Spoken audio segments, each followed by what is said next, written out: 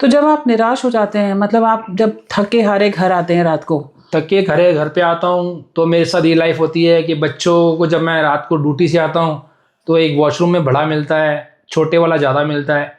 तो मेरी मम्मी बेचारी डिस्प्लेसिंग करते हैं तो बात कहते हैं वॉशरूम में जाओ सुसु कराओ वॉटी कराओ, बड़ी बात नहीं समझते इन चीज़ों को। ये वो बेचारे 75+ इनकी एज हो चुकी है। मैं यही चीज़ दर्शकों को कहना चाहता हूँ कि बस मैं ये चाहता हूँ कि मेरी जॉब मैं कहीं भी काम नहीं कर पा रहा इन बच्चों को लेकर के, तो मेरी हेल्प ये है कि अब इनको कोई NGO वगैरह हो जहाँ पे ऐसे बच्चे रखे जाते हों, या कोई बोर्डिंग स्कूल हो या कुछ भी हो, चाहे चर्च भी हो, मैं इन बच्चों को वहाँ दे दूँगा ताकि इन बच्चों की लाइफ आगे हाँ बिल्कुल, गॉड देखेगा या गुरुजी देखेंगे या ऊपर वाला कोई परमात्मा देखेगा। मैं चाहता हूँ मेरे बच्चे नहीं हैं, ऊपर वाले के बच्चे हैं। मैं यही चीज़ चाहना चाहूँगा अपने दर्शकों को कि बस हाथ जोड़ के विनती है, कोई सरकारी NGO संस्था वगैरह हो तो प्लीज़ मेरी मदद करें ताकि मैं भी कहीं काम कर सकूं और इनको ऐसी NGO में डाल दूं जहाँ पे ऐसे बच्चे और रहते हों। मैं इनसे कोई हफ्ते में 2 बार या 3 बार जाके इनसे मिलाया करूँगा, मुझे और कोई प्रॉब्लम नहीं है। मैं जीते रही अपनी मम्मी के जीते रही मैं चाहता हूँ कि मैं अपनी मम्मी को 2 पल खुशी के बिता सकूँ, पर वो मेरी लाइफ में नहीं है।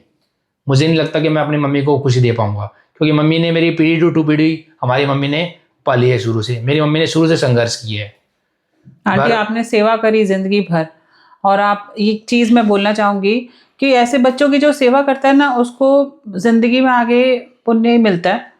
यहाँ ये जो है हम जिंदगी जो बिता रहे हैं वो आप जो कर्म है हमारे पिछले जन्मों के कट जाते हैं, और वो कटने के बाद मोक्ष प्राप्ति होती है, क्योंकि ये रास्ता जो है ना वो मोक्ष को दिखाता है। बट हाँ, कष्ट उतने हो जितने झेल पाए, क्योंकि कष्ट इतने भी ना दे दे भगवान कि उसको रोजमर्रा की जिंदगी में झेलना मुश्किल हो जाए और जिंदगी काटनी भी बहुत मुश्किल हो जाए। तो उतनी ही तकलीफें होनी चाहिए जहां पर इंसान थक ना जाए, हार ना जाए और ये ना सोचे कि अब मेरी जिंदगी खत्म हो गई है।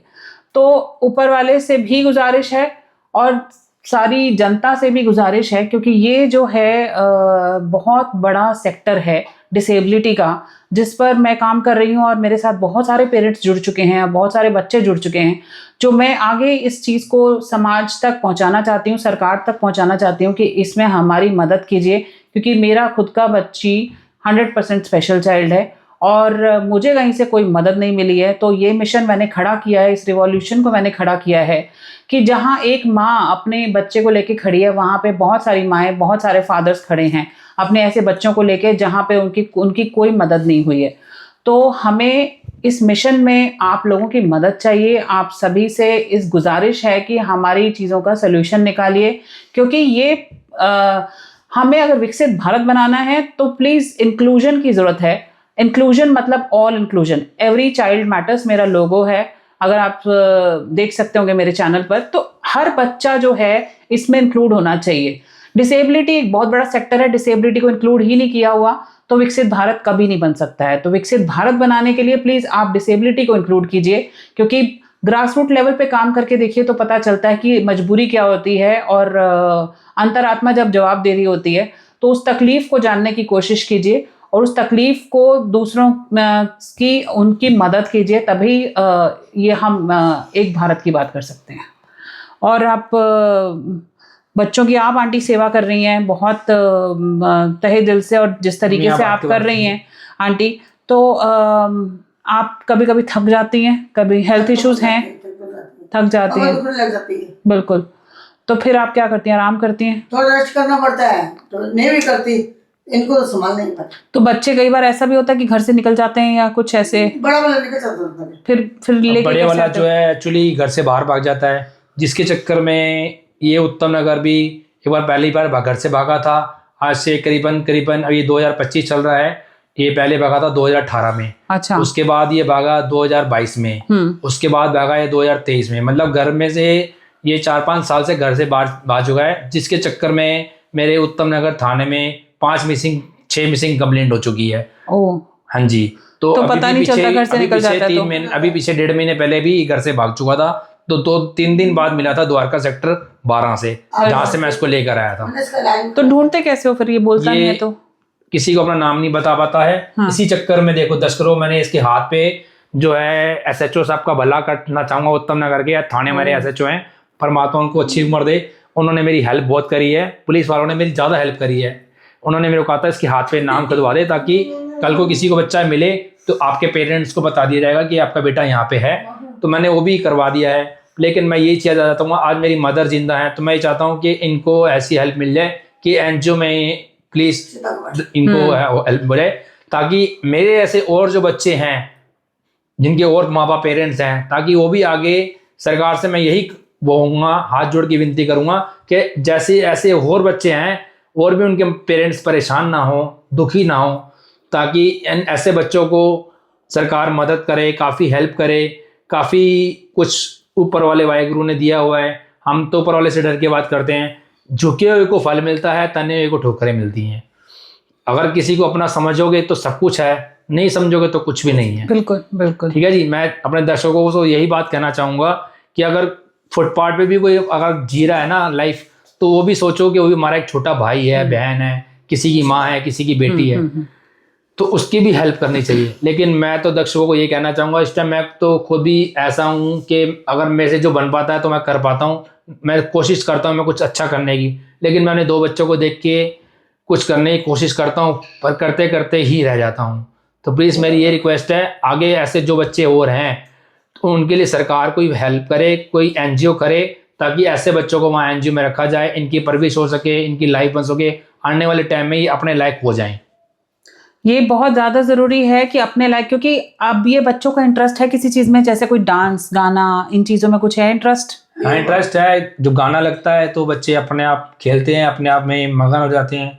बट इनका स्किल डेवलपमेंट, क्योंकि बॉडी इनकी ठीक है, हाँ तो जी। स्किल डेवलप किया जा सकता है। काफ़ी चीज़ें हैं जो आप कि सामने देखो, जिसमें बच्चा सेल्फ डिपेंडेंट बन सकता है। यही बात मैं आगे भी पिछली हफ्ते कर रही थी कि कहीं ना कहीं इन बच्चों का, जिनके हाथ पैर ठीक हैं, जो कम से कम 50% अपने ऊपर खड़े हैं, तो उन बच्चों का स्किल डेवलप किया जाए कि इनका इंटरेस्ट किस चीज़ में है। तो उस चीज़ को लेके मैं आगे बात ज़रूर करूँगी, क्योंकि इनको कहीं कुछ काम करा दिया जाए या कुछ काम करें, ताकि वो उसके बाद अपने बलबूते पे खड़े हो सकें, कुछ कमाने लायक हो सकें। बड़े वाला बेटा है ये मेरा, नितिन है इसका नाम, नितिन गोरी है। ये 14 साल का हो चुका है। बट ये मैंने इसका इलाज करवाया था जनकपुरी C1 से, जो दीनदयाल नया खुला हुआ है। उन्होंने रिपोर्ट में थोड़ी मिसिंग प्लेस कर दी। बड़े वाले को 90% बता दिया, छोटे वाले को 70 बता दिया, जबकि छोटे वाला मेरा 90% है, बड़े वाला 70 है। तो इनका पहले से ठीक है, लेकिन ये अपनी लाइफ को नहीं सेटल कर पा रहे हैं। छोटे वाला तो ज़्यादा डिस्टर्ब है, इसी में ज़्यादा प्रॉब्लम होती है। तो प्लीज़ मैं यही कहना चाहूँगा, मेरी आप दर्शकों को अपने कि इनकी हेल्प करी जाए। ऐसे बच्चों को कोई संस्था वगैरह हो तो मेरे को ज़रूर बताना। आपसे तहे दिल से नमस्कार है। भगवान आपको हर इच्छा से, हर सफलता से तंदुरुस्त रखे, आपके कामकाज चलते रहें, आपको परमात्मा बनाए रखे। बस ये मेरी हाथ जोड़ के विनती है कि इन बच्चों को कोई संस्था, कोई एनजीओ हो जहाँ पे ऐसे बच्चों को रखा जाता हो, मेरी हेल्प करें। अपने दर्शकों को मैं इतना ही कहना चाहूँगा। नमस्कार जी। तो आज आपने एक और दर्द भरी कहानी सुनी है जिसमें बहुत बड़ी पीड़ा है। तो मैं क्या ही बोलूँ इसमें, क्योंकि ये पीड़ा से भरी हुई कहानी है। तो प्रेरणा आप लोगों ने ही देनी है, क्योंकि पीड़ा में प्रेरणा ढूंढना बहुत मुश्किल है इस केस में।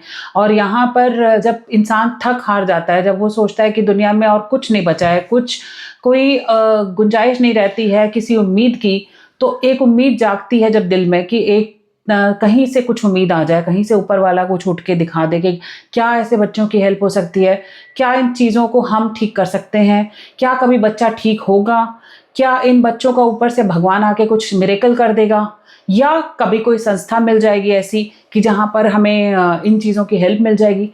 तो आप ये समझिए कि हमारे पास इतने क्वेश्चंस हैं, इतने सारे हमारे पास क्वेश्चंस हैं जिनके आंसर्स हमारे पास नहीं हैं। मैं भी दर्शकों को ये बात कहना चाहूँगा एक बार फिर से, ताकि देखो मेरी बच्चा, ये बड़े वाला नितिन है, ये 5 बार 6 बार घर से भाग चुका है।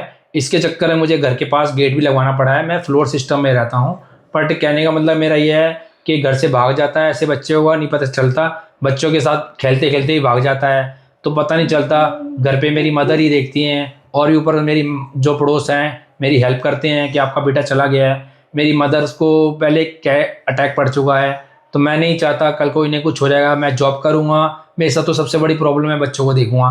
तो प्लीज़ मैं ये रिक्वेस्ट करता हूँ लोगों से कि ऐसे और भी बच्चे हों जिनके पेरेंट्स कैसे संभालने प्रॉब्लम होती हो, तो ऐसे आप इनकी सरकार संस्था ऐसी मदद करे ताकि इन बच्चों के ही रहमो कर्मों से आप आगे ही पीढ़ी टू पीढ़ी हम हेल्प कर सकें, ताकि आने वाले पीढ़ी में हमें ऐसी दिक्कतों का और ऐसी दुखों का सामना ना करना पड़े। तो आज की कहानी हम यहीं समाप्त करते हैं, क्योंकि आज की जो पीड़ा भरी कहानी है हमें इनकी मदद करनी चाहिए। किस तरीके से समाज जो है इनकी मदद कर सकता है और किस तरीके से सरकार यहाँ तक पहुँच सकती है, तो इसमें हमें आप सभी की मदद चाहिए। फिर मिलेंगे हम आपसे एक नई कहानी के साथ। नमस्कार। नमस्कार।